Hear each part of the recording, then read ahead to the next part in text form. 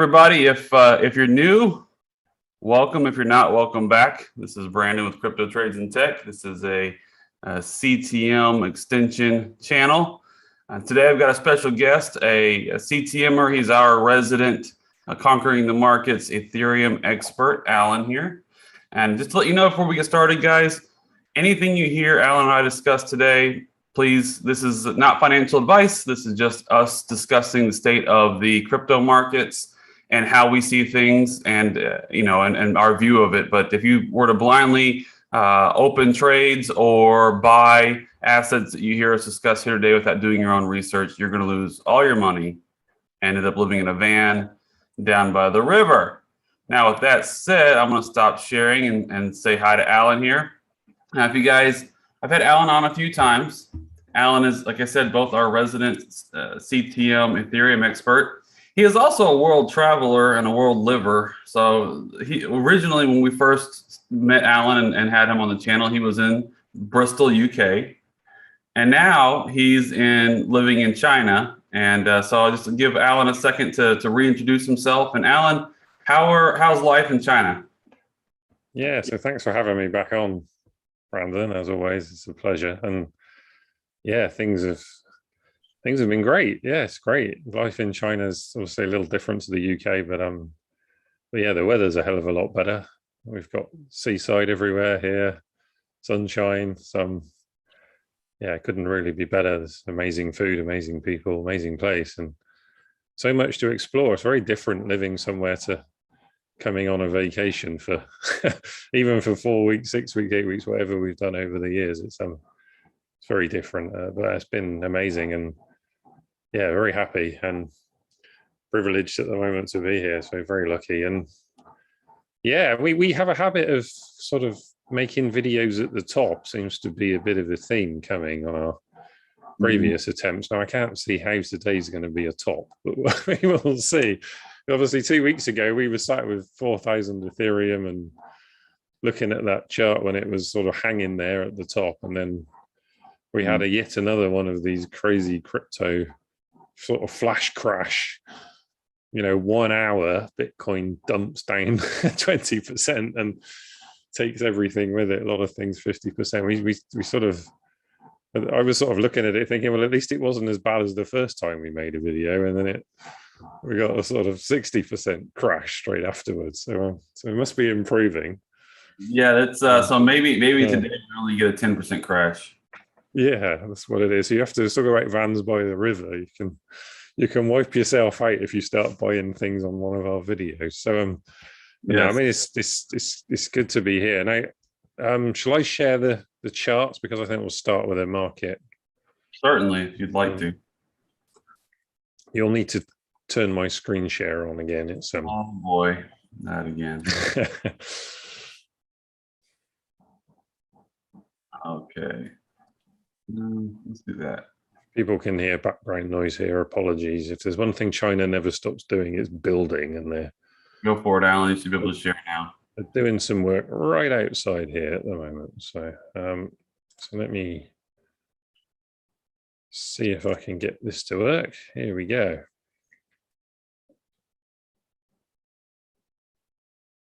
All right, we see your screen there clear. Excellent. So we have a Bitcoin chart. So just sort of having a quick run through here, and feel free to chip in if your TA's saying something else, because it's not all me to be running through the TA here. So yeah, I mean, from where we were, and obviously this quick flash down to 42,000, we've actually held this area around 44 and are now resuming out of there. So interesting to see what happens now as we get up in towards this 49 area, which was resistance previously. There's a lot of bullish commentary I see Twitter and elsewhere now regarding Bitcoin. So just really have to wait and see. I'm expecting the resistance up here in this red zone where there's like 5 weekly closes. Can you do me a favor and zoom out and show us that purple trend line at the bottom there? And what feed are you on? Kraken. Okay, yeah. If you could zoom out. Yeah, I'm on Kraken there. So I just put it off the top of these wicks in here, and it obviously came down and just sort of held that as well. I was That's looking at that thinking if we okay. lost that and lost this 42, then we might be coming back to 38. But so far, we seem to have held that fairly well. In fact, we sort of wicked off there pretty quickly. So Yeah. Yeah. And I'm positioned now with Bitcoin and with Ethereum, but I was looking at this thinking, we'll have to, I don't know, sell some organs or something if it comes back down here, because there'll be another amazing chance to load up. But I think we've held up. Yeah, I was. I'm prepared for the same thing. I actually tightened up. I'll share with you. I tightened up some stop losses that daily you have. Oh, you don't have it on your chart. Your chart's less busy than mine is, which is probably better. I got wicked out on some of my fresh entries that I picked up. On the touch of the 21-week MA, and then on this breakout, I had a stop at break even on the breakout up here, and that little wick last night caught me on that part of the position at 47.6. So I got, and last night, yeah, there was a big wick down just below some support, and then it's holding above that. But you have got that same exact area, the region that you have there, 49.1. I've got 48.7 as a weekly level. You've got that as the weekly close from April. Yeah, I've got a weekly at 48.788, and then I've got some daily resistance at 49.5. So I think in that region is where we'll probably settle down and consolidate. We'll see. Yeah, we'll see. I mean, we've looked pretty bullish for a couple of days, but we'll see. You saw yesterday, I thought Bitcoin slowed down a bit, and then Ethereum sort of took over and pushed up quite hard yesterday. So Ethereum made a nice move yesterday for sure. So Bitcoin, also I've popped this other line on just off the top of that, just as reference. Whether it'll pay any attention to that, who knows? I'm just looking at this. I think for me, when I said a long time ago, the repair is kind of looking pretty done once we've got up here, and this is support. But there's a lot of noise in there, so I think some people think perhaps we'll come up and come down and come up and fly through eventually, but who knows? But it's still moving for Bitcoin fairly steadily at the moment. So there's none of the face melting yet. So we will see. It's all relative. Crypto sort of 4% in a day and whatever's just nothing. But yeah, it's fairly steady. Ethereum, see if this will load. Yeah, there we go. So this chart's going to look a little bit busy because I've been zoomed in on this because we've been looking at it a lot in the CTM Discord. But yeah, we sort of hung around in this area, and obviously we pushed up to where we were when we last spoke, and then obviously got this wick now on Kraken. That came perfectly into the bottom of my channel there. We got 29.50.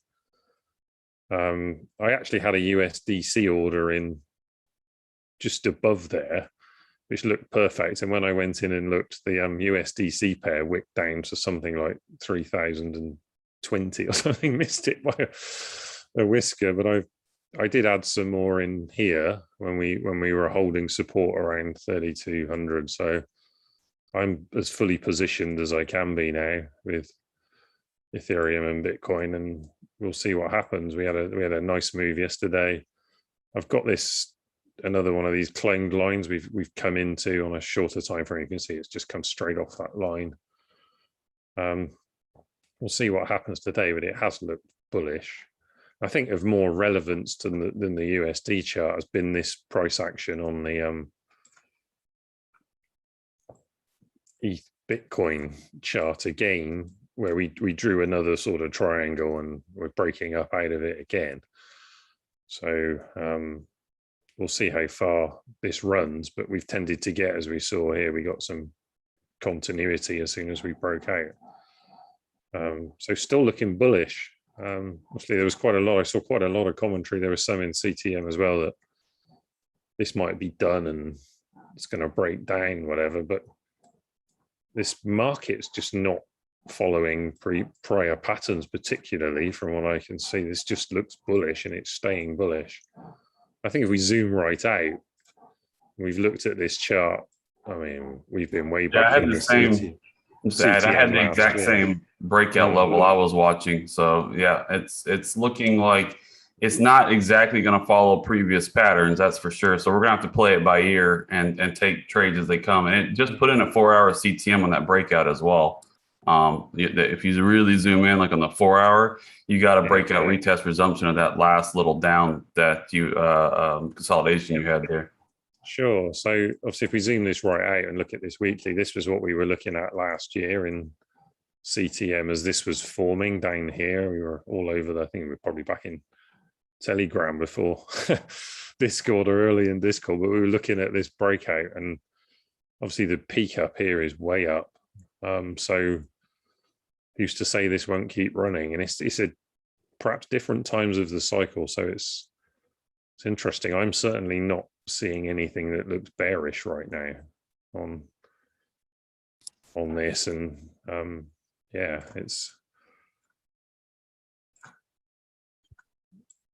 it'll keep going up until it doesn't, as we say. In terms of Bitcoin dominance, and obviously I have this reversed, and we looked at this last time, just so it's all going up in line with ETH BTC. We've got this sort of pattern here. Could we have some form of cup and handle come on this? I don't know. And it's off. It's just, again, we could see another correction, but the only time this seems to have come down recently is when the market's actually sort of capitulated. Right. Yep. Then obviously everything sells a bit faster than Bitcoin. Right.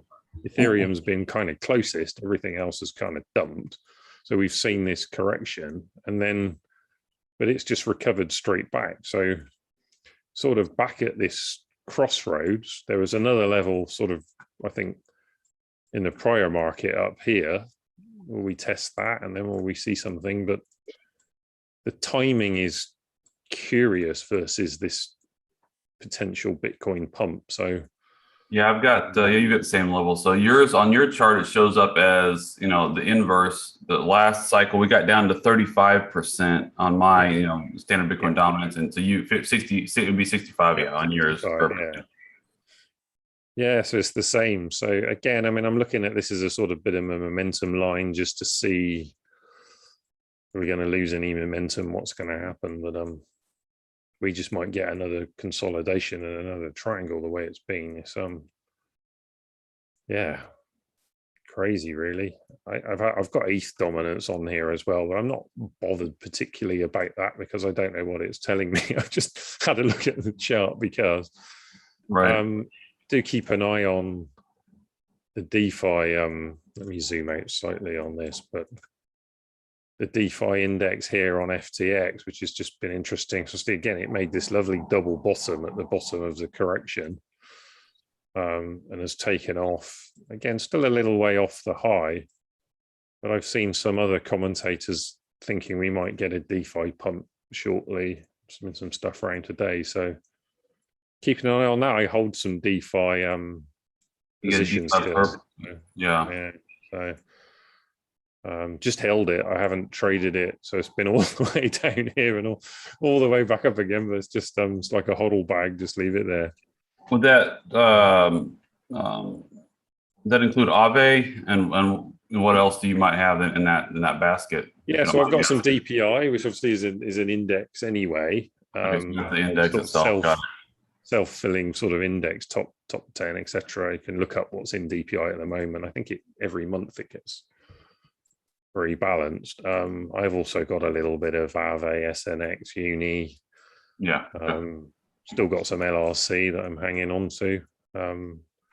Probably the most underperforming DEX stock or token I've held, but Loopring's still developing, so it's one of those. It's also in a big wedge versus Ethereum, so I'm sort of just keeping an eye on Loopring just to see if it does anything. Yeah, when we started the sell off back in, was it May, April, May, whenever it was, I consolidated a bunch of stuff. So I closed out positions on a lot of small things I had, including Loop Ring. And I've not yet bought back in, but I've definitely been keeping an eye on it. It keeps wanting to break out. It keeps trying to break out. And I keep watching it very closely because I think it's just way underrated and I need to probably re-add. But yeah, I just closed a bunch of stuff down and went to Bitcoin and was waiting and really have been waiting for the chart to be clear on Loop Ring as to when that little spike up there. I thought, oh man, I missed a breakout. So I started watching it real close and never got a real good resumption signal out of that breakout there. We go out onto a weekly, but this thing can keep going down. I mean, this is what you learn trading. It doesn't have to go up when it gets into one of these positions, but we go back here to 2017 and a wick low, and I also haven't got any more data before that, but yeah. It's not had a clear convincing breakout for me to re-add, but this is definitely one to watch when we talk about scaling solutions. Obviously, this is one of yours and my favorite because it's both a scaling solution and an exchange. And so we both thought, kind of had the assumption that it had two avenues to hype, both scaling. Yeah. It did a little bit. It popped a little bit, but it's one of the more undervalued tokens I've seen out there. The only time this is really taken off here, and then it's against Ethereum, but obviously a lot of things have got wrecked against Ethereum, but it's just come down and down. There's no guarantee this, if Ethereum pumps here, that this just doesn't fall off the bottom of this chart. But I've not got a huge position, but I've also got it sort of it's actually invested in Loop Ring providing liquidity. So I've got some, against Ethereum. So it's kind of interesting. It's earning some fees, etc. And the amount of LRC versus ETH keeps moving around, obviously, as the values change. So when I get out of that, we will see what it's worth. But I'm still curious. Loop Rings, we'll get to some fees in a minute, but it's very, very optimized ZK rollup, which means its fees are about the lowest there are at the moment. Because it's purpose built, it's not a generic rollup. And it sort of shows how low fees can be if you build for the rollup rather than just porting a layer 1 smart contract and all the bits onto layer 2, And so. Loop Ring is actually the DEX that I probably use the most. There's not a lot on it, but when I want to use that's the DEX I go to. Yeah, I mean, if you want to go to USDC, if you're trading ETH, for example, you can trade that on Loop Ring. Exactly. And obviously, there are more options coming on now all the time on layer 2. So yeah, Loop Ring's one I'm watching. So, to DeFi, and then obviously I've just got different versions of the charts here for. I've got the comments pulled up here, Alan. If you want to take a few, I've got a couple of comments. I don't know if you have any takes. If you don't, I'll give my quick take. But we've got somebody asking about Sushi. I don't know if you keep an eye on that protocol. I mean that at all. Sushi Swap, which is basically a clone of, for those that don't know, it's basically a clone of Polkadot. Not Polkadot. A Uniswap, yeah. Uniswap. Somebody asked about Polkadot anyway. Yeah. That's what it started life as, right? So yeah, that's kind of its own thing. I don't know if you keep an eye on that one. So they're asking about that. As far as DEXs go, it's a reasonable play. It was my preferred play for a long time until I really kind of got more into Loop Ring because I'm just a bigger fan of the ones that are more pure scaling solution. Although, some of these have some very inventive liquidity solutions. But see, take a look at Sushi's. My Sushi chart shows it's still going kind of sideways, to be honest with you. It looks like it might be trying to break out a little bit. And then somebody else asking about Polkadot. Now, I don't know if you want to see the chart or if you want to know about the project. I think both Alan and I are Polkadot holders. You still hold Polkadot, Alan? Is that correct? I cut my position 80% in the crash, but I still hold some Polkadot. Yeah. Okay. So we're both holders of Polkadot. Yeah. Sushi is getting a breakout right now. So I'll just say that. I can just let me quickly share my. Now you go ahead. I don't have Sushi on here because it's not something I'm watching every day. But obviously I do keep an eye on Polkadot. Obviously I'm on weekly at the moment, just looking at these charts. But obviously we've come up and been down and retested this weekly support on Polkadot. So that similar to Ethereum, really, it's got this move back up towards its weekly all-time high to do now. Alan, I gotta tell you, your view of the charts is just refreshing and less stressful. Like I live on the dailies mostly, and then I'll zoom down to the 12 and 4 hour, looking at potential trade opportunities. But I basically am analyzing the chart on the daily and staying on the daily, and then when things get real active, going to the 4 hour, it's a lot more intense. A lot more going on. So if we just start a lot easier. Hop back to Ethereum for a second. I mean, this chart for me, this where it's held this level here, it's made a sort of market structure or order block there, and it's been up, came back, held it, and resuming up. If this thing powers through 39.28, then we're off. You know, this is send time up there. So again, simple chart for me is just keeping me. I was looking at this and sort of bought, I think 32.10 or something was my last ETH edition when I stuck everything in now. But that's, yeah, I mean, that was holding support here. Simple view of this chart.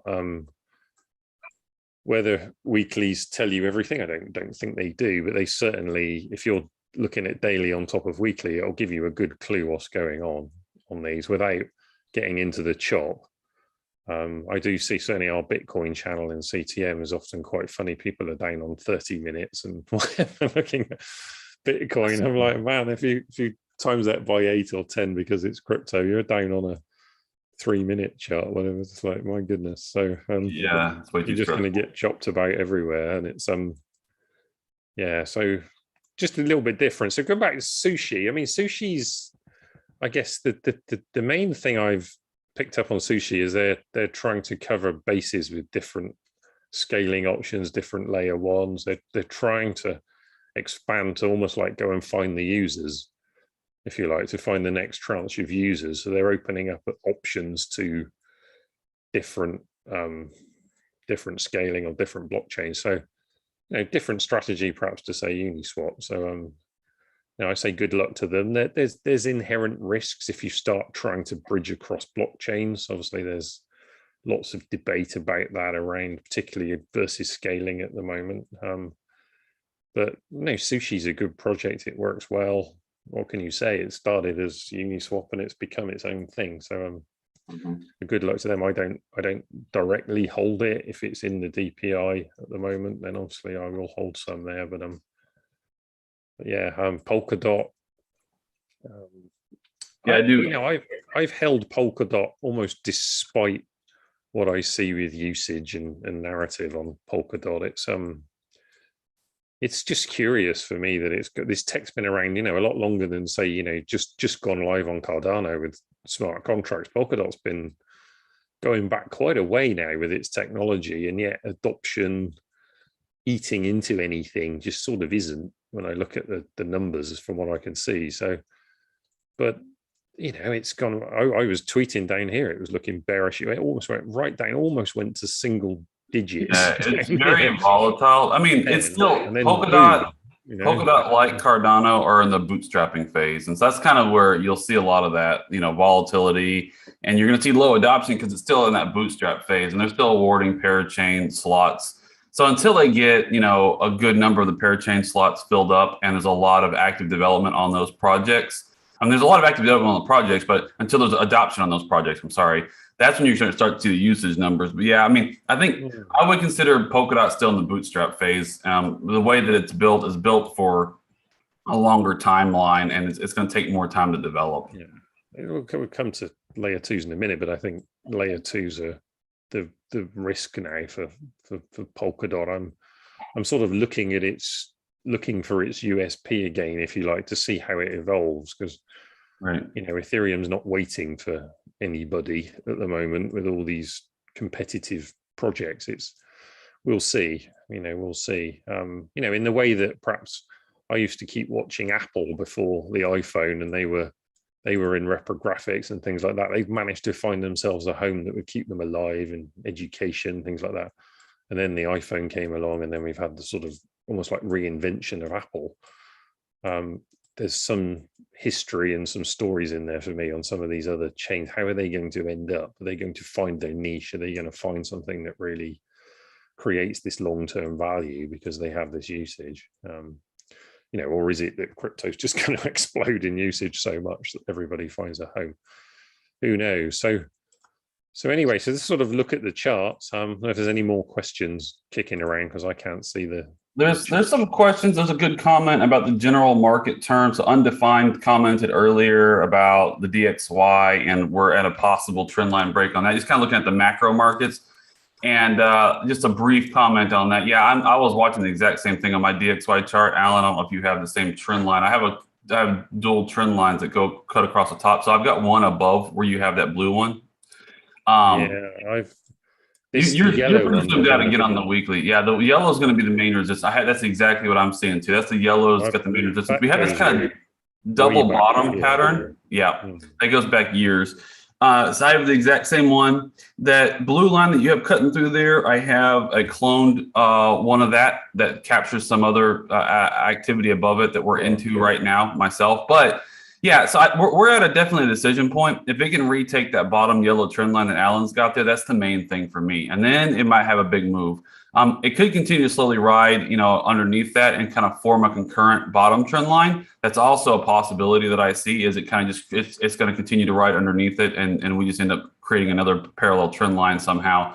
But it does have like a double bottom look to it. And so from a macro markets analysis, my thoughts are, I think this fall is rife for a little bit of a correction, just as how rampant the markets have been going up. However, given the state of many things, I think that rampant money printing is going to have to continue, and through this. So they're kind of slowing down, right? And they're doing the repo purchases and everything right now. I do think that they're going to have to start, ramping up QE again with events that are well, that's my opinion. So I do think this is going to hit that resistance and turn around is what I think is going to happen. Yeah. But who knows? Alan, your thoughts?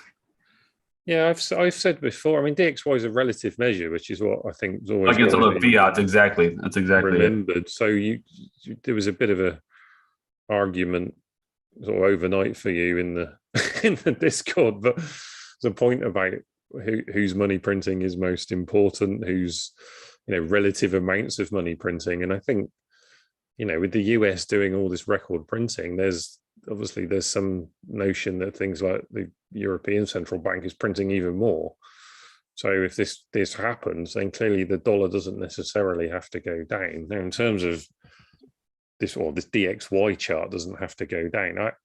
Obviously, you've got a double bottom there. You've potentially got a double test and rejection off this line. So what we see, obviously, on a much faster time frame in crypto, sometimes we'll bounce along these lines before it finally dumps. So let's see. I mean,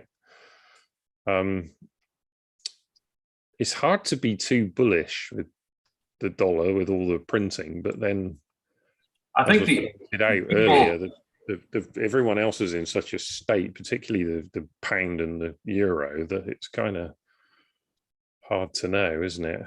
Yeah. I think a lot of people are getting nervous about the obvious ascending wedges that are on like the major U.S. indices. So I don't know if Russell has an ascending wedge. No, Russell's kind of just consolidating up here, but the SPX is just very clear. Like that's the one that everybody sees the ascending wedge on. I see it too, and it started to break down, but it retook the bottom there. It started to want to break down. It retook. It got back up into the wedge.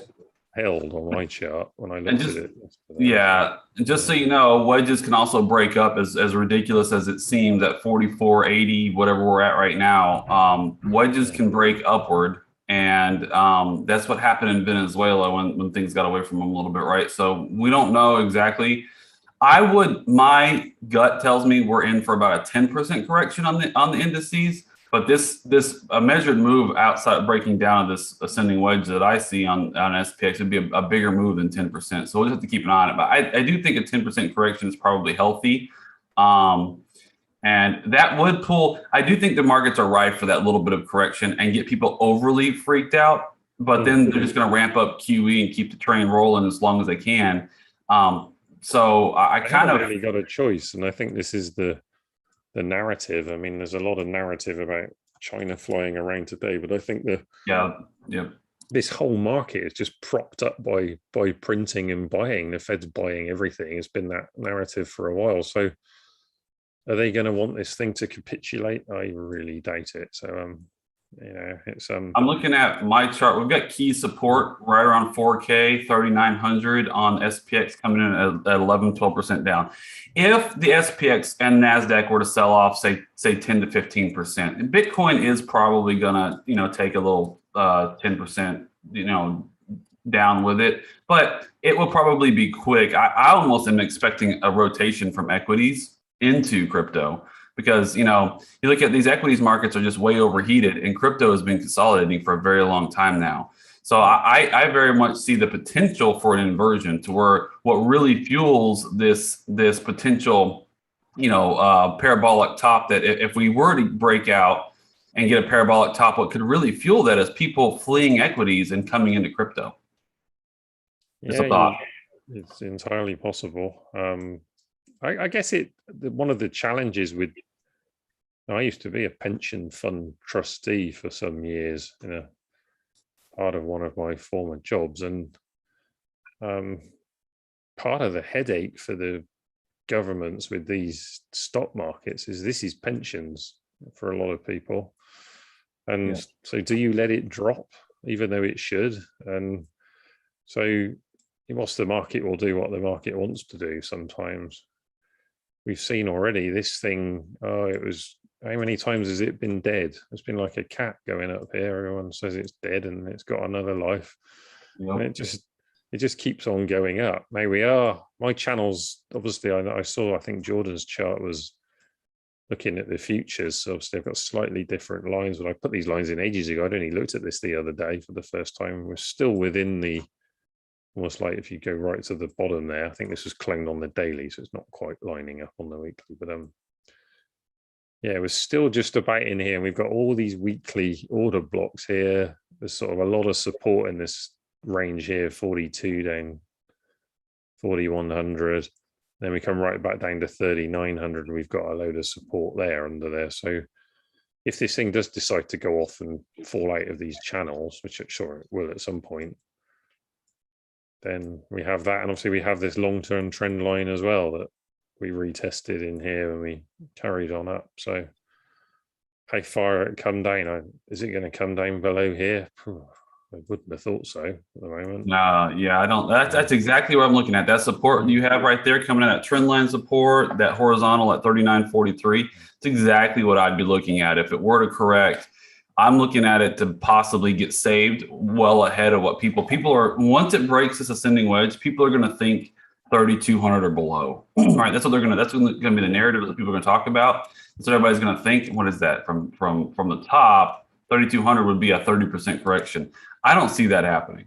But it depends on what else happens. There could be some event that causes that. That's a totally different scenario. But if things kind of continue as they are, and it's just a matter of the market is naturally trying to kind of correct a little bit and cool off, I do think it's probably going to get saved around 3,900. That's my feeling on it, which means that crypto will take a hit when you have a big broad market sell off. Crypto is going to take a little shave, but I think that would be kind of short term, and I could definitely see where if Bitcoin sells off to say the mid 40s again, and then you have this big rotation from people that are fleeing equities that are looking at crypto as a place to go, right? Gold and silver haven't done anything in ages. And crypto just goes up and up and up and up and up. And I can just see a lot of fund managers and your average, retail investor just saying, you know what, I'm trying to try crypto out here and just have a bit of a rotation this fall. That's kind of what I'm keeping my eye on to see if that were to play out. I don't know. Again, not financial advice. This is just us spitballing and just my personal feelings on it. I've been thinking this for a while. FOMO's FOMO, isn't it? In the end, as well. As soon as we're back above 59,000 on Bitcoin, there's going to be it's not dead kind of moment. It's in the news again. That's exactly right. Yep. As soon as it breaks back above, say, really above 50 kind of sustainably, people are going to start, the chatter is going to start, right? And then you break the all-time high. NASDAQ here, and I haven't looked at this chart for a while. I've got these trend lines in here again, but we've got a bit extended up. But I mean, there's order block all over the place here, so this can find support. It's just how much down momentum is there going to be? Yeah, NASDAQ, I actually don't see selling off as much as the SPX. It's kind of weird, but yeah, I do think there's more support for NASDAQ. Just those tech stocks, just that's where money goes to when it gets a little bit. We have the sideways Tesla from all the talk we had before. We have resumed out of that trend line. I mean, it has resumed up. It's been very steady week after week after week at the moment. So. Yeah, Tesla. I looked at the chart the other day. It's looking pretty good, actually. I'm kind of favoring it's. Yeah, I have a concurrent trend line as well. That trend, like a little channel at the bottom, and we just broke back up above that bottom channel. Yeah, yours is a little bit lower than mine as far as the way I do my channels. But yeah, we just broke back into the channel above it. So these lines are probably all over the place. At one point, my trading view is doing things I really don't understand. So that's exactly the trend lines I have now. Yep, that's. Yeah, I might have copied yours actually. Probably, but no, there's trading view doing some very odd things sometimes. I don't know. Tesla's what I think the headline is with Tesla will be that they're just going to beat again on numbers coming up. I shared something the other day on Twitter from one of the main Tesla commentators that there's enough data now to show I think they're going to beat again quite significantly. It's quarter after quarter after quarter after quarter. So at which point do we get this decides it is going to get past 890 again, at some point? Yeah, I do think, surprisingly enough, I do think Tesla is going to make another leg up here. That's what I've been seeing. But I have been focused very much on crypto, not on stonks. But yeah, gold. So just a comment, gold and silver are taking a little bit of a shave today. They're really just range bound sideways, consolidating as far as I can see. There is a bit of a pattern. That's an ugly chart. Yes. Yeah, it's just kind of going sideways. Not looking very great. Keep clubbing back down here, and we've had this horrible liquidity. Right back down to there, so make a sort of triple bottom there. It's a pretty ugly chart. Gold. Yeah, it's not looking too attractive. So I think this is why when people consider gold's done basically exactly nothing. So the prior all-time high is 1919. Let me go back here on my chart. When that was August 2011. So 10 years ago, a little over 10 years ago now, it put in a high of 19, and we've just been consolidating below that. Now, in theory, we'll probably eventually, obviously, break that with gold is going to appreciate versus fiat, but it'll make a big move when it breaks that. But yeah, people, I think, again, when people look at that, when they look for something other than equities to go to, I don't know if you're hunting for a safe haven outside of equities. I don't know what else there is besides crypto anymore, right? There's just no bonds on the thing. This is the conundrum, isn't it? Is do you go to USDC or one of these things, assuming the US doesn't regulate it all into the ground, which is a lot of opposition to? You can go and get yield on your stable coins and just, be earning 7% or 8% or something whilst you wait for chaos in the market to settle down. You can be doing some short trades, to just stack your USDC for a while. It's kind of, there's going to be lots of ways to get through a bear market that perhaps involve buying gold. Yeah, on crypto, when the bear market hits, that's exactly. I mean, I'll probably be in stable coins collecting interest. Plus, I'm probably going to get some Pax gold for sure exposure. But Ledn, by the way, just LEDN, Ledn, they have 9% interest currently on stable coins. So just you can get double digits in DeFi. It just yeah, you can. Maybe your protocol and what the heck they're doing to generate that. Risk, so back to, we've had a broad market view, kind of went off on a little tangent here talking, but the markets are doing, the markets are being the markets, and we're looking at a potential breakdown. The metals are doing what they're doing, but yeah, you had some other thoughts here. I didn't want to take too much time and make sure you could share your thoughts about the Ethereum and the scaling metrics, usage metrics, which I think is really compelling. It'll update on where we are, obviously, with the burn, because we talked about this a couple of weeks ago. So we've now gone past 300,000 ETH that have been burned in the time we've been burning, which is, what is it now? It's not an awful lot of time, 42 days. So I think this has gone faster than anybody expected at 5 ETH a minute. We continue to see OpenSea sat at the top of the burn list there. NFTs still trading hot on layer one, obviously for the NFTs with a lot of value anyway. And it keeps ticking up whilst we look at it. So that's remains bullish. Gas fees have settled down a bit because I don't think we're seeing quite so many NFT drops. And I think we're also starting to see layer two kick in. But, you know, if we go back, simulate our merge, we're still at nearly -2% supply growth. It's this is a halving, and still don't think it's priced in. We're not back past where we were before the halving. So this is a big part of why I'm ultra bullish Ethereum, despite its outperformance of Bitcoin so far in this cycle. Some other stats, money movers. Now, I don't know exactly how they calculate this, but other people have talked about this plenty. But this is just the settling, how much value settled on Ethereum versus Bitcoin, and it just goes to show how much volume there is. 28 billion versus 9 billion. That's last update. So we had this manic spike, probably the sell-off where everything went crazy and we had all these transactions. Does this include for Bitcoin the Lightning Network? Just I don't know. I'm just asking. I honestly don't know their basis exactly, but it's been above for a long time, and I think, you know, if you're including layer twos on Ethereum probably way outdo Lightning anyway. I was just curious if this is Ethereum base layer versus Bitcoin base layer, or Ethereum aggregate versus Bitcoin aggregate. I was just curious. I'd have to look up the metrics to see exactly, but here we've got ETH, USDC, USDT, DAI, WETH, and WBTC. So that says what they're okay. Saying. You can see Bitcoin Cash and Ripple, apparently. People sending Ripple to each other. That's interesting. A day. Yeah. An interesting Ethereum topic. Now, I don't know whether you've noticed this, but I picked this up looking at this today when I've dug up I haven't got the tweet open now, but I was having a look.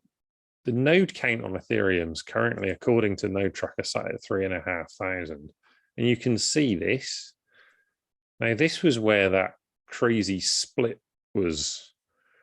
If you remember, there was a very small vulnerability in Ethereum's code that was exploited to create a network split. Now, nobody did anything of any value with it. It was almost like a denial of service type of attack in the end, but it did create a split.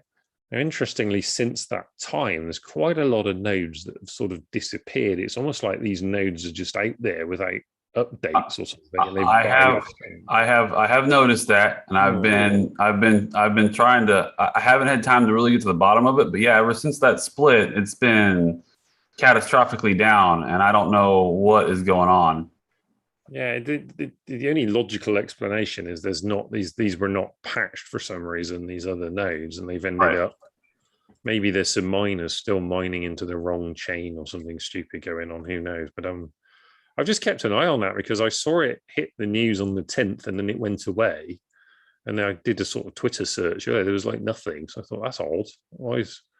Why is this not a story? Because normally, you know, the Ethereum guys who cover everything every day are pretty good at covering all the stories, and it's just not been there. I keep up with that every day. So I'm just keeping an eye on that, because this number was more like sort of Bitcoin numbers up here, you know, like, you know, pushing, it's been up at 10,000 at times. It's been hovering in that range. So, well, something happened. I think you might have had just a whole lot of ghost nodes, I'll call them, on the network that were just kind of hanging out, and they didn't bother to patch because, you know, maybe and now they're just all hanging out doing I don't know what. Yeah. talking the wrong chain. Apparently, yeah, there might be a ghost chain out there somewhere now that's just idle. Ethereum, yeah, it's slightly weird, but there's been no impact that anybody's reported of anything. No double spending, no, all of the mining pools they say are updated properly. The exchanges are all up to date, so it just makes no sense. So that's just weird. That's just one of those things I noted that's weird. Obviously, this number's quite a lot lower. We have still got a fairly nice distribution, albeit if you were to look at the top 3 or 4 or 5, you have got this concentration, and Bitcoin's numbers aren't too different when you look. There's quite a concentration in not so many countries, which is one of those, I guess, decentralization questions with nodes.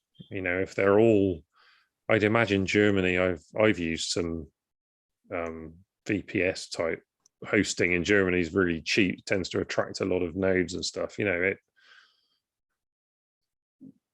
probably for another day, but there are some interesting questions about decentralization there over time.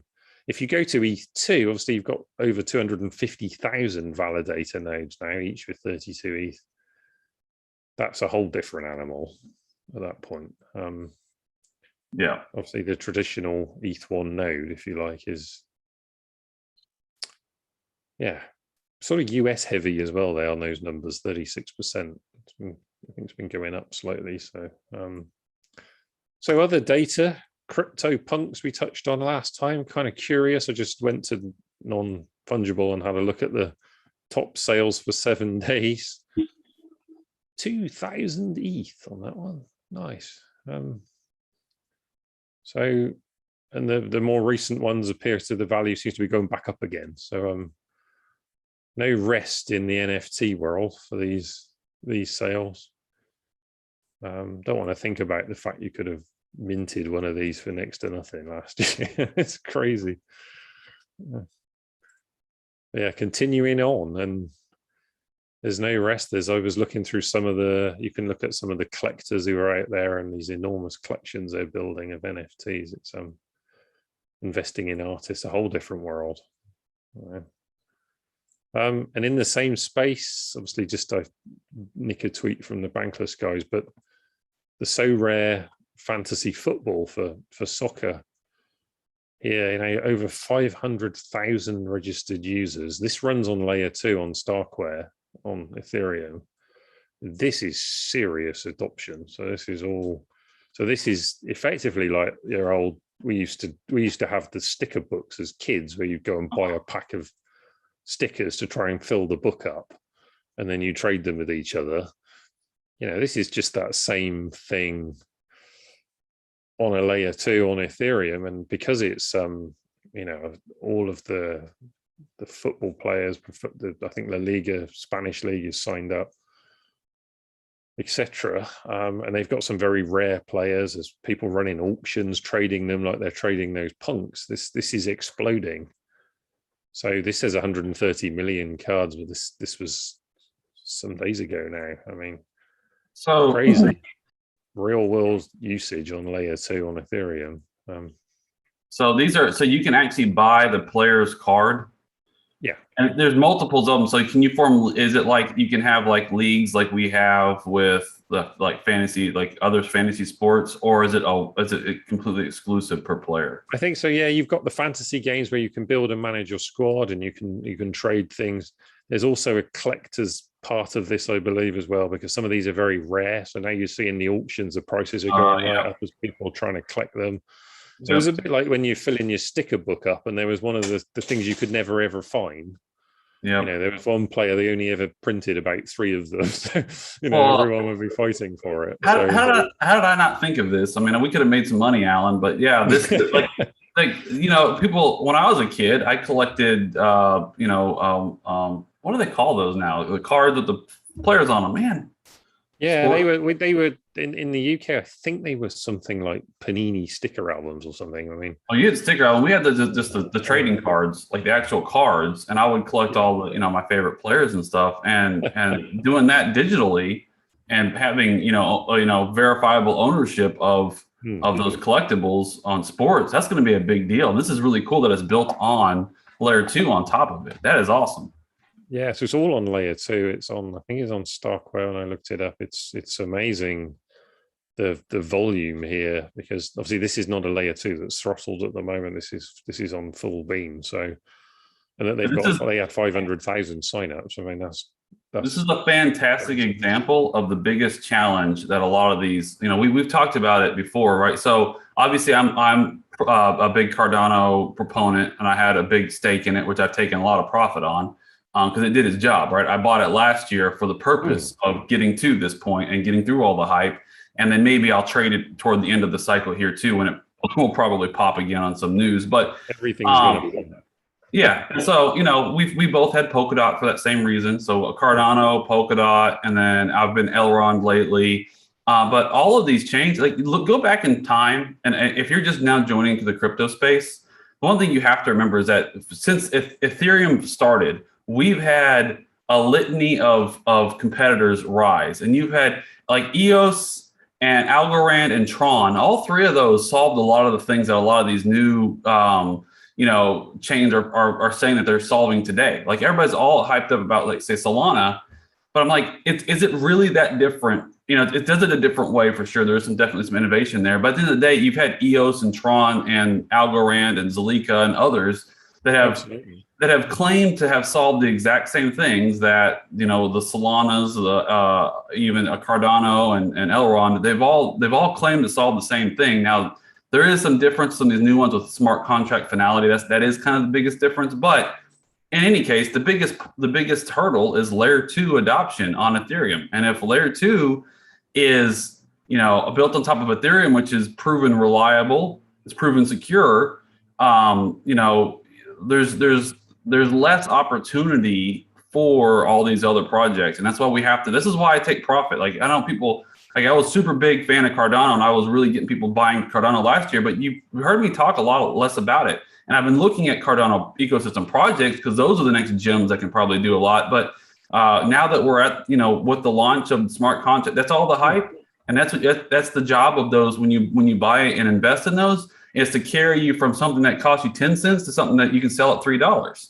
And that's the point of getting into these type of things. But you have to take profit at some point. And the reason is, crypto's littered with stories of, again, EOS, Tron, Algorand, IOTA. There's a million of them, and everything still runs on Ethereum. And as long as layer 2 continues to develop and get adoption, there's just less opportunity. And I still do think I'm pro Cardano. It's still my outside of the Ethereum ecosystem. I'm still really focus on the Cardano ecosystem for different reasons, but I think that's the one that has still the highest chance of making some noise outside of Ethereum.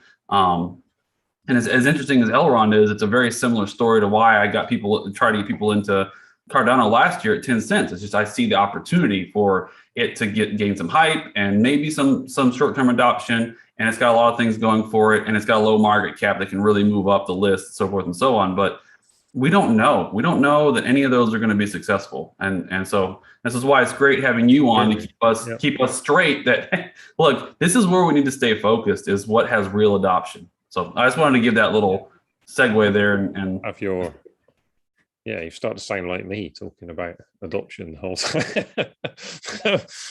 It's funny. I bounce back and forth between a Bitcoin maxi and then like being all in up, but it's really just a seasonality and it's opportunity. It's all it is. At the end of the day, the only thing I really care about is Bitcoin and Ethereum and maybe Cardano, because that's where I see real adoption. Outside of that, it's all just Cardano's, again, is interesting technically, trying to do things differently. The adoption, which is scale, is hard. If you go back to Elon Musk's talking about building cars, scale is hard. It's fine saying you've built your prototype and it's all great and I can drive it and it's lovely. I've got to make 1 million of these now. I've got to get somebody to buy them.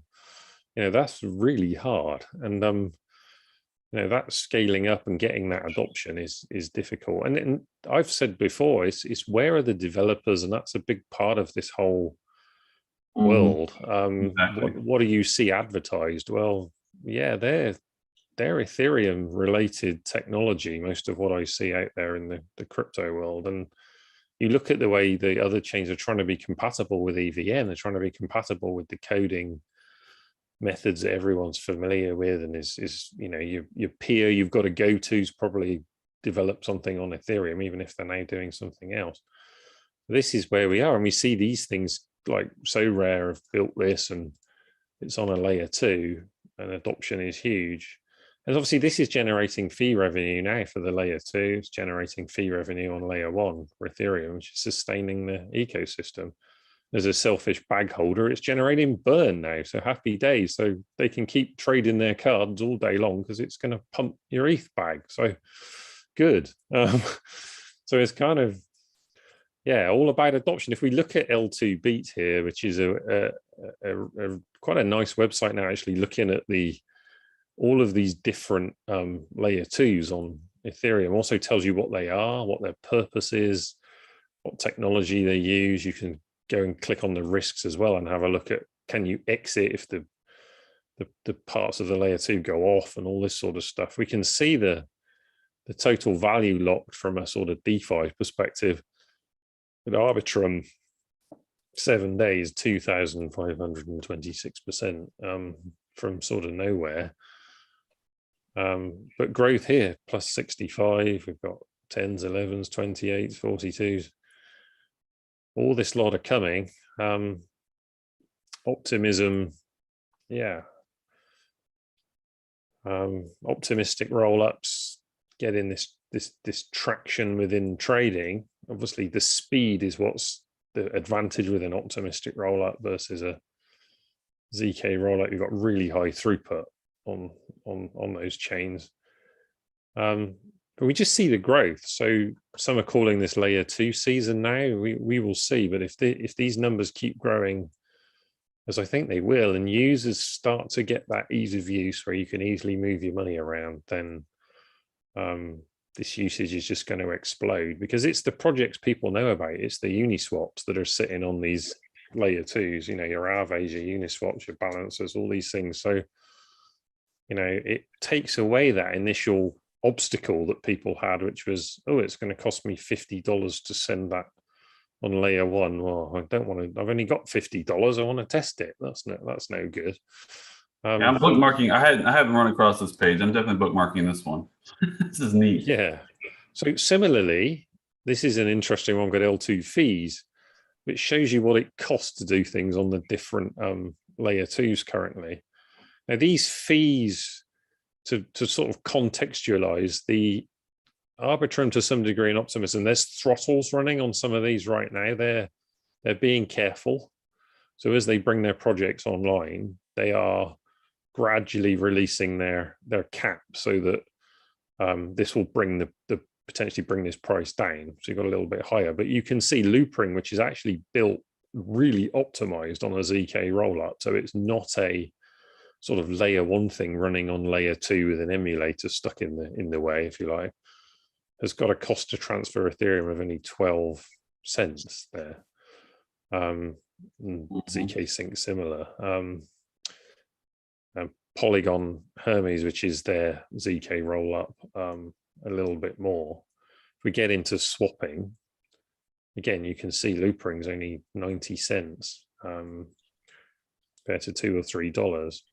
And the Ethereum's currently saying 26. Actually, that's pretty low for Ethereum at the moment. So we start to see this is only going to mean adoption in the end. $2 or $3 is a totally different ball game for people for fees, and this will come down. So again, interesting just to see where we are with the fees. $5 to transfer on Ethereum, not too dissimilar to moving funds around on Bitcoin. You pay a relatively heavy transaction fee. You certainly wouldn't want to be moving a few dollars around on either Bitcoin or Ethereum, but that's, as we've talked about before, is for the same reason. That's the security in the layer 1. That's the decentralization. That's the relatively slow transaction throughput. That's the low node overheads. It keeps it decentralized.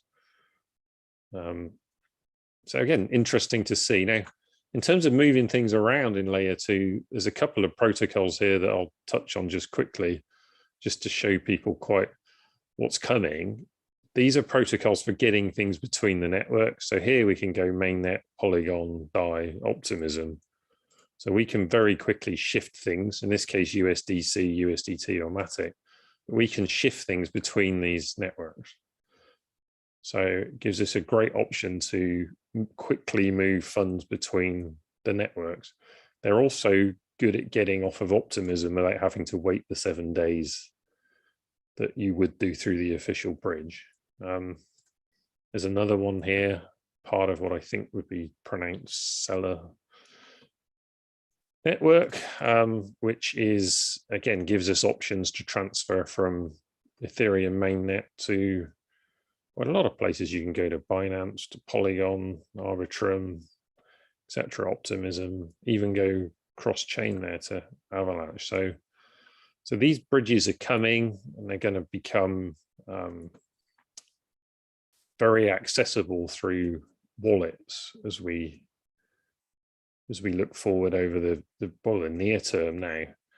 So it will become fairly seamless to just move your funds where you need to. So if you need to go to Optimism, you can just press a button in your wallet and your funds are sat on the layer 2. And more importantly, you can go layer 2 to layer 2 quickly for basically no fee. So you can move your funds to where they need to go. And again, that's just such a game changer for layer 2. The benefit of layer 2 to layer 2, just to repeat what we've said on previous videos, is that you stay within Ethereum security. You don't have to go out to another chain with another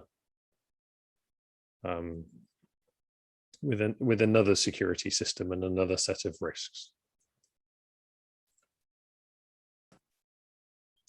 So very well. Tour around layer 2.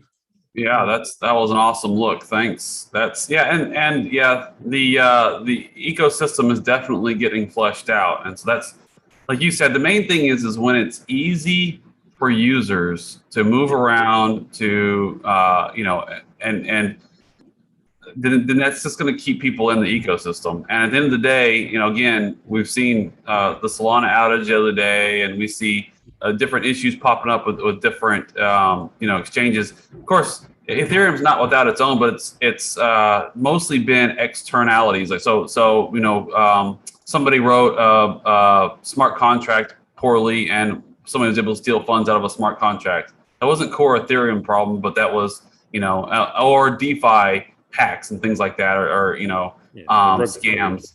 It's getting rugged is constant on DeFi, especially with small, when you've got some almost like individual publishing things. It's you kind of need to know where you're putting your money. Somebody pumped, I think, 900 ETH into some random contract. Goodness knows why they sent it there, and lo and behold, it transferred it off somewhere, and they never saw it again.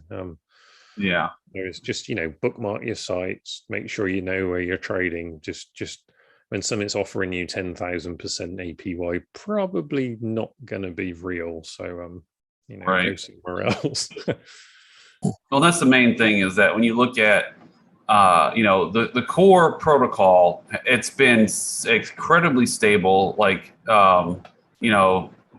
6 nines availability pretty much for a global decentralized network, and it's the security of it, the base layer. I mean, you really can't, and with all these other projects, it's going to be tough to beat the base layer security that Ethereum provides. So actually, we had this conversation the other day. I was like, I almost wonder if they'll put sharding off further. If the layer 2s really take hold, they might just go proof of stake and then stay with a single chain main layer. Yeah, I looked at that again, obviously, as we spoke about it, and then I saw one of the, obviously, Ethereum proponents talking about the benefit of sharding, and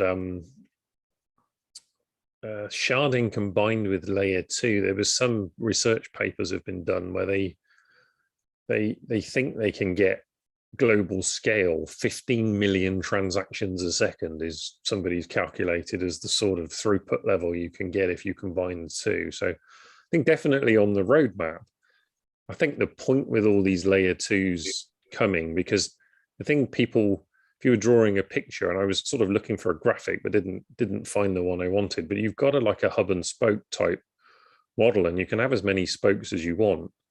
Now, as soon as those spokes are effectively parallel transactions, you can still get an awful lot of throughput off the current layer one on Ethereum, because you just multiply the throughput of all of those spokes up, or add it all up, and basically you've got this enormous transaction throughput. Now, it won't achieve global scale, was I think the point of that thread, but it's still going to be way higher than where we are now. And so it means they don't have to rush to do some crazy rush to put sharding in. I think if we saw that next year on Ethereum after the merge, they'll have done well on the development roadmap, because there's bound to be some maintenance and some further tweaking after the merge. It's inevitable. So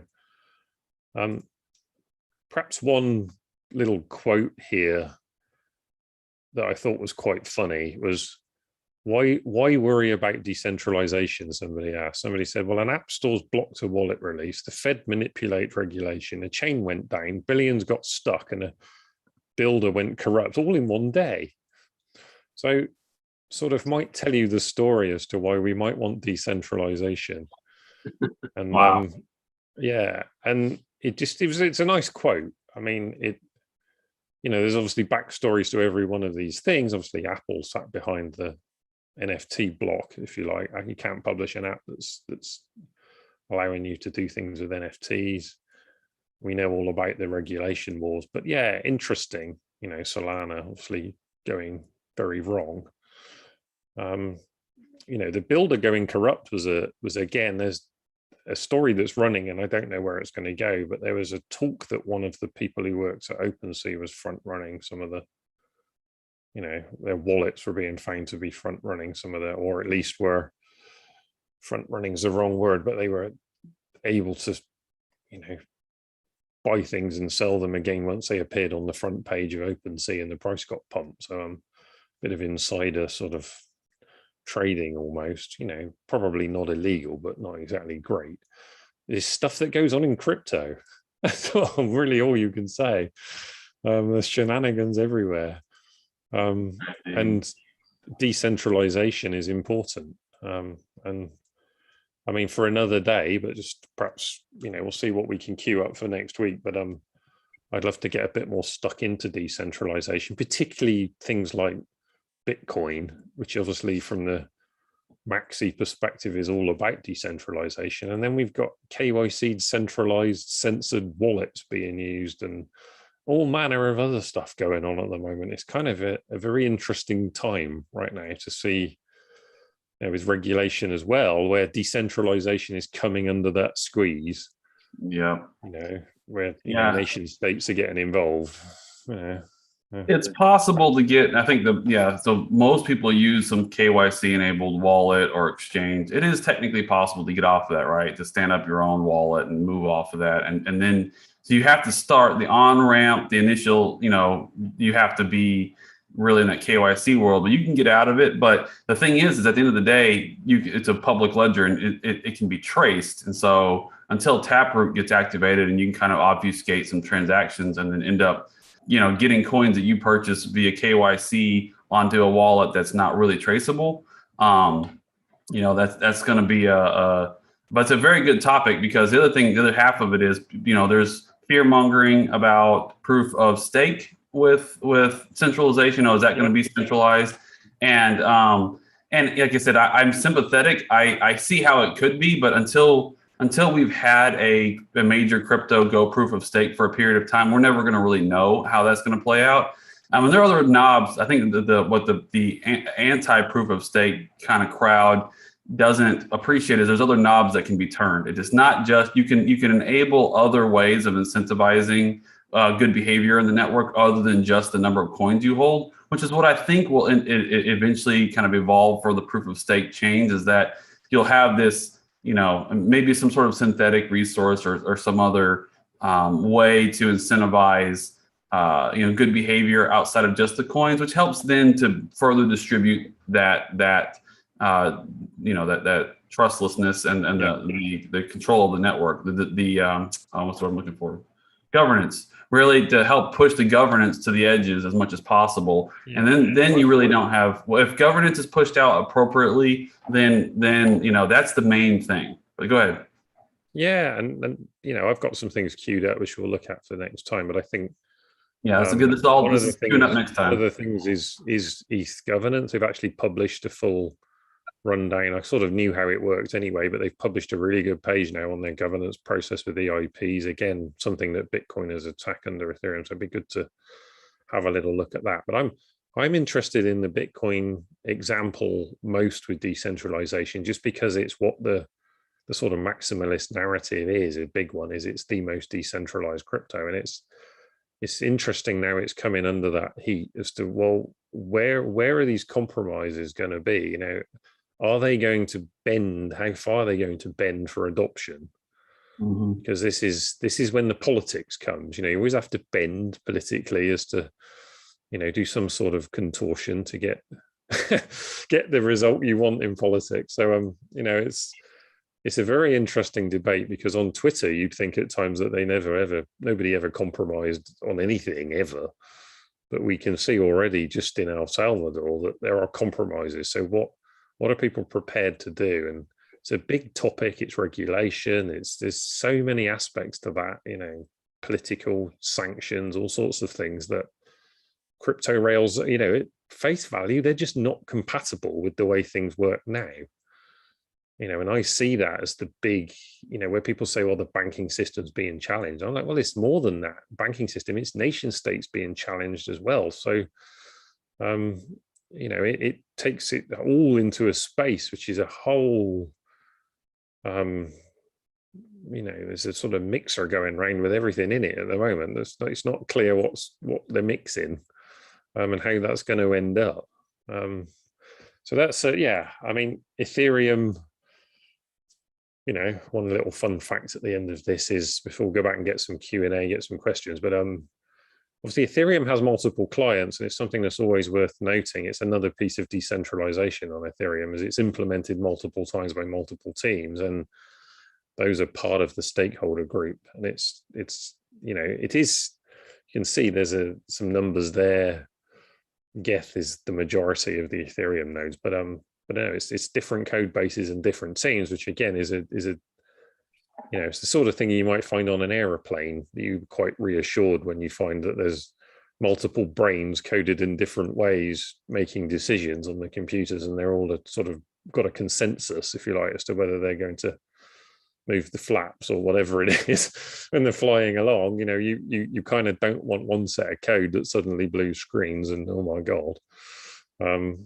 And that's another aspect of decentralization on Ethereum that I think is quite powerful, as there's multiple teams and multiple implementations. So so is it probably, that was all my tweets I had open. Are there some more questions, because I can't see the chat? Yeah, so our last, so we had some spam, and then the last question, I'm gonna go ahead and, so we'll just queue it up next week. We'll talk about what Alan queued up here. We'll try to talk about, you know, decentralization, proof of stake, kind of the game theory around how to keep that decentralized, what the real state of Ethereum is. I mean, Bitcoin is, as far as decentralization. So somebody asked about Cardano. The comment is Cardano, and then Ian also pitched in earlier with said hi Ian Randall, Team Randall over there. But he said Panini sticker books is what we were looking for earlier. So Panini sticker books. I just knew them as trading cards. I remembered Panini. Something I was thinking Paninis are like a sandwich. So what am I confused? But yeah, it's Panini sticker book. So there we go. I'm going to close with answering the comment on Cardano, because that's my kind of pet project. Yeah, so I expected this whole time after Cardano went live, remember I was, you know, I kind of said a couple times this might be a good place to take profit, or around $3.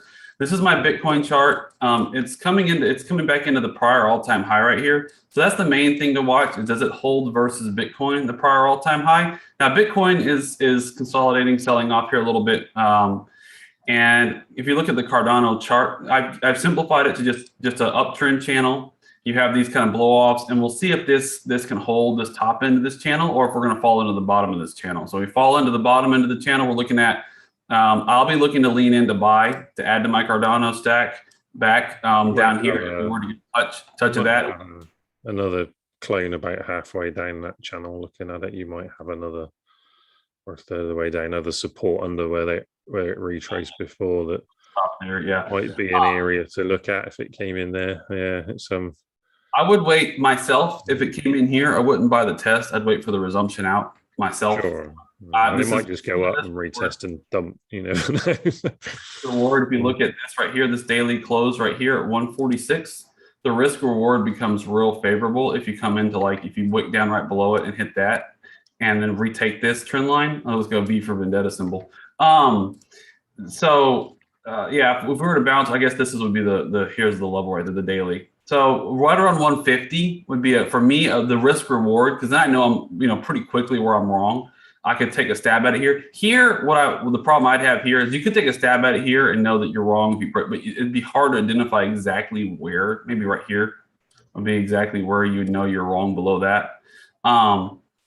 So it's probably, for me though, I'm gonna give it some time, because I think it's gonna be it's gonna mainly versus Bitcoin is what I care about, because I've got what I have in Cardano. I rotated some profits to Outrun, and then the rest of it's pretty much sitting in Bitcoin, Ethereum, and Matic, right? So the other profits are kind of split between those.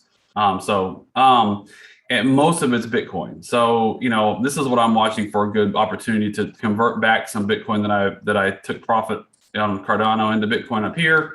But this is the chart I'd be watching if I was people, to see, I've recommended that if you want to buy into like any of these altcoins at this phase with the Bitcoin dominance could break out to the upside, it's my recommendation to hold on to some Bitcoin and just wait for these charts to come into support. Notably, Ethereum is trying to break out to the upside, though. That's the one exception. It gives me pause in saying that. So everybody do your own research, make your own decisions. But if ETH were to print a 12-hour CTM signal here, that's going to change my thesis on all that. Okay, so that's just something to keep in mind. If ETH can print a resumption here, maybe Ethereum, because of the things that Alan discussed, is an outlier, and it's going to run, whereas the rest of the altcoins cool down. I don't know. But those are my thoughts to close up here. Thanks, Alan, for the time today. I'm going to stop the share real fast so you can say goodbye. Thanks, everybody, for joining. Yeah, so Jordan said PBTS. I guess it's an equity. Power Bridge Tech, they bought a bunch of ETH and BTC miners. I looked at their chart earlier. PBT. This is the mining play again. Yeah, and so they're sitting right on support. I can see the chart right now as the potential to break out, but it's not something I've been watching, so I'm not going to comment on more knowledge to comment. I would question why you wouldn't just buy ETH and Bitcoin if you're interested in crypto at the moment, rather than buying miners. That's just my 2 penny. Yeah, I would agree with that. I think the miners can move a lot more. So if you have an equity account, you're looking for crypto exposure. This is that he's mentioned a couple of times here. You can see the potential, but what happens a lot of times, you see it time and time again. People think that there's going to be a big breakout, and all it does is pops a little bit and it keeps fooling people. And it's just it's a lower high every time, and it keeps fooling people into thinking it's going to be some kind of massive breakout. So I'm not so certain on that. But yeah, Bitcoin runs, and this is now another mining play. I mean, something to watch. But let's kick it over to the Doge-wave to close up for the day. But thank you again, Alan, for your time this morning and all the wonderful Ethereum insights. We appreciate you stopping by and keeping us informed and up to date on what's happening in crypto and Ethereum. No worries, and thanks for having me again. We'll catch up next week. Yes, sir. We will. All right, everybody. We'll see y'all later.